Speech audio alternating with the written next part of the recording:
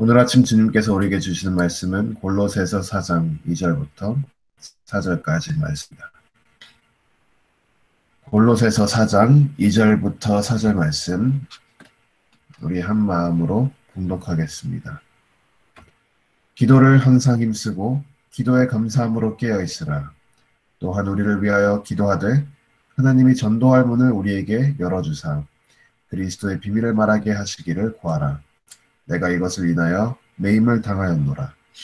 그리하면 내가 마땅히 할 말로써 이 비밀을 나타내리라. 아멘. 저는 오늘 아침 골로새서 4장 2절부터 4절 말씀으로 기도하는 성도라는 제목으로 하나님 말씀을 선포하겠습니다. 오늘 말씀의 핵심은 굉장히 간단합니다.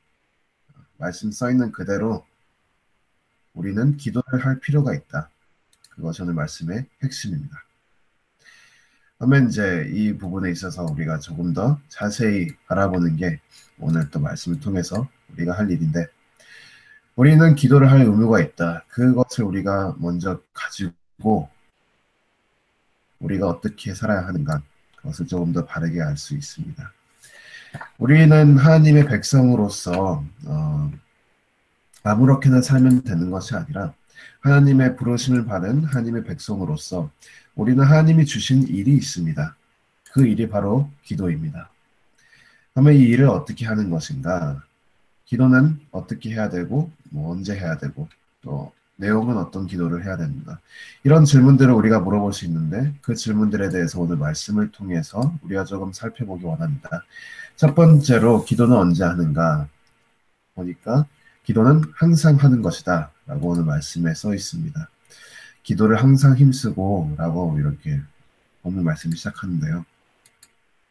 이것이 쉽지가 않습니다. 실제로 많은 경우는 보통 이제 교회를 다닌다 하는 사람들은 기도를 항상 하는 것이 아니라 뭐 금요 철야 예배 때 또는 주일 예배 때 이렇게 한두 번씩 일주일에 한두 번씩 몰아서 한 번에 기도하고 나머지는 기도하지 않습니다. 그렇게 하는 경우가 실제로 많이 있고요. 물론 뭐 그렇게라도 기도하는 것이 다행이라고 우리가 생각할 수 있겠지만 그것이 옳은 것은 아닙니다. 그것이 옳은 것은 아니고 우리가 항상 기도하는 것이 옳은데, 근데 이게 항상 기도하는 것이 쉽지는 않습니다. 그렇기 때문에 오늘 말씀 보니까 힘써라 라고 써 있습니다. 기도를 항상 힘써야 하는 것은 기도가 쉽지 않고 또 기도하는 데에 노력이 들어가기 때문에 우리가 항상 기도를 하기 위해서 힘써야 된다고 써 있습니다. 항상이란 말은 참 어려운 말이죠. 왜냐하면 우리가 항상 기도할 마음이 있는 건 아니잖아요. 우리가 항상 기도하고 싶은 마음이 있는 것도 아니고 가끔은 기도하고 싶을 때도 있겠지만 하지만 기도가 늘 즐겁고 기쁘고 그렇지만은 않습니다. 때로는 힘들고 지치고 우리가 기도하기 위해서는 많은 노력이 필요한 상황들이 있습니다. 우리가 기쁘거나 슬프거나 일이 잘 풀리거나 풀리지 않거나 좌절할 수도 있고 그럼에도 불구하고 기도는 늘 해야 하는 것이기 때문입니다. 매일 꾸준히 기도가 끊이지 않도록 힘쓰는 그리스도인이 되는 것이 우리가 힘써야 되는 일 중 하나입니다. 실례합니다.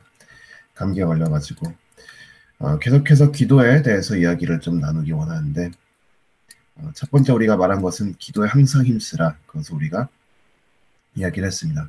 그 다음에 이제 우리가 이야기할 것은 뭐냐면 기도에 감사함으로 깨어 있으라. 이 부분은 좀 이야기를 해야 됩니다. 이 이야기를 바르게 이해하려면 우리가 지금 어떤 상황에 놓여져 있는지 좀 알 필요가 있습니다. 우리는 지금 예수 그리스도가 다시 돌아올 날을 기다리는 마지막 날들을 살아가고 있는 사람들입니다. 따라서 우리가 살아가야 하는 방식은 어떤 방식이냐면 늘 깨어 있어야 되는 것입니다.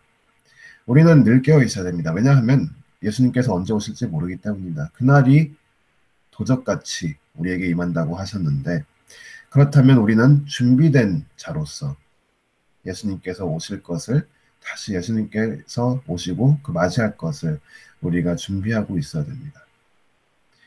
우리가 깨어 있을 수 있는 방법은 오늘 말씀 보니까 기도하는 것입니다. 우리가 기도를 할 때에 우리가 예수님께서 오실 것을 위하여 늘 깨어 있을 수가 있습니다. 기도 가운데 영적 분별력을 얻고 또 기도 가운데 하나님 나라가 임하신 것을 기억하며 기대하며 기다리며 깨어 있을 수 있는 것입니다. 그런데 이 깨어 있는 기도에는 한 가지 조건이 있습니다. 오늘 말씀 보니까 그 조건은 무엇이냐 하면 바로 감사함으로 나아가야 한다는 것입니다. 감사하는 마음을 가지고 우리가 하나님 앞에 기도하며 나아갈 때 그때 우리는 늘 기도하며 그 가운데 깨어 있을 수 있는 것입니다. 그냥 아무렇게나 하면 늘 기도하면서 깨어 있는 것이 쉽지 않습니다. 하지만 우리가 감사하는 마음으로 하나님 앞에 나아갈 때 그때야 바로 우리가 늘 항상 기도하고 또 기도하는데 늘 깨어 있을 수가 있는 것입니다. 우리가 기도하면서 하나님 앞에 나아갈 때 물론 슬픈 마음을 가지고 지친 마음을 가지고 우리가 나아갈 때도 필요하지만 그래도 기본적인 자세는 무엇이냐? 우리가 하나님 앞에 기도할 수 있다는 그 사실에 감사하면서 나아가는 것이 우리가 하나님 앞에 기도하면서 나아가는 그런 기본 자세입니다. 따라서 우리가 감사함으로 늘 기도 가운데 깨어 있어야 하는 것이 우리가 기도하는 자로서 맡은 책임입니다. 그래서 그게 두 번째입니다. 복습하자면 첫 번째는 항상 기도해야 되고 두 번째는 항상 감사함으로 깨어 있어야 하는 것입니다.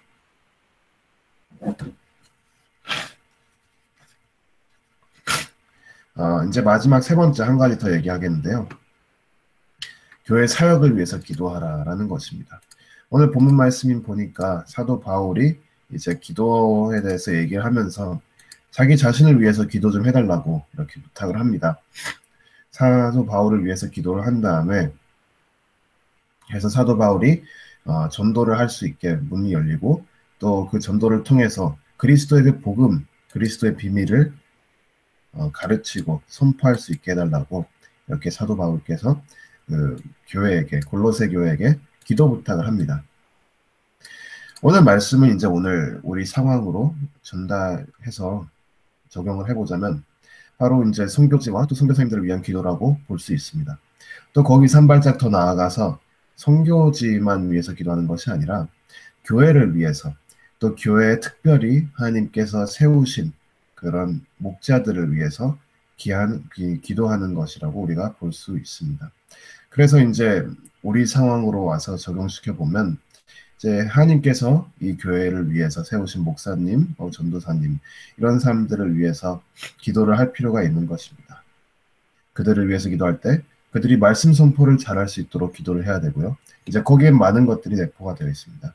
사역자가 말씀 선포를 잘하기 위해서는 먼저 그가 먼저 주님 앞에 무릎 꿇고 겸손해야겠죠. 그리고 건강해야겠죠. 그리고 하나님께서 지혜를 주셔서 하나님 말씀을 그가 먼저 제대로 깨달을 수 있게 기도를 해줘야겠죠. 그런 기도를 해야 되고 또 말씀 사역이 잘 될 수 있도록 그 사역의 장을 위해서 기도해야 됩니다. 사도 바울이 선교를 할 수 있도록 전할 수 있도록 기도해달라고 부탁한 것처럼 목사들이 하나님의 그 말씀을 선포하는데 부족함이 없도록 위해서 기도해 줄 필요가 있습니다. 그리고 그들이 먼저 하나님 앞에 날마다 거룩해져 가서 정말로 그 말씀 선포하는 것이 하나님 기뻐하시는 일이 될 수 있게 해달라고 우리가 기도를 할 필요가 있습니다.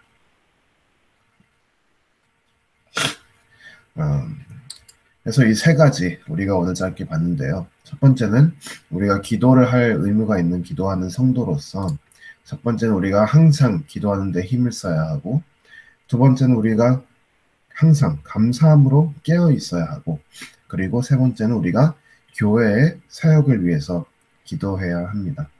이 세 가지를 우리가 기억하면서 하나님께서 우리를 기도하는 성도로 부르셨는데 그 사역을, 그 기도하는 사역을 우리가 잘 감당하면서 나아가는 우리 모두가 되기를 주님의 이름으로 축원합니다.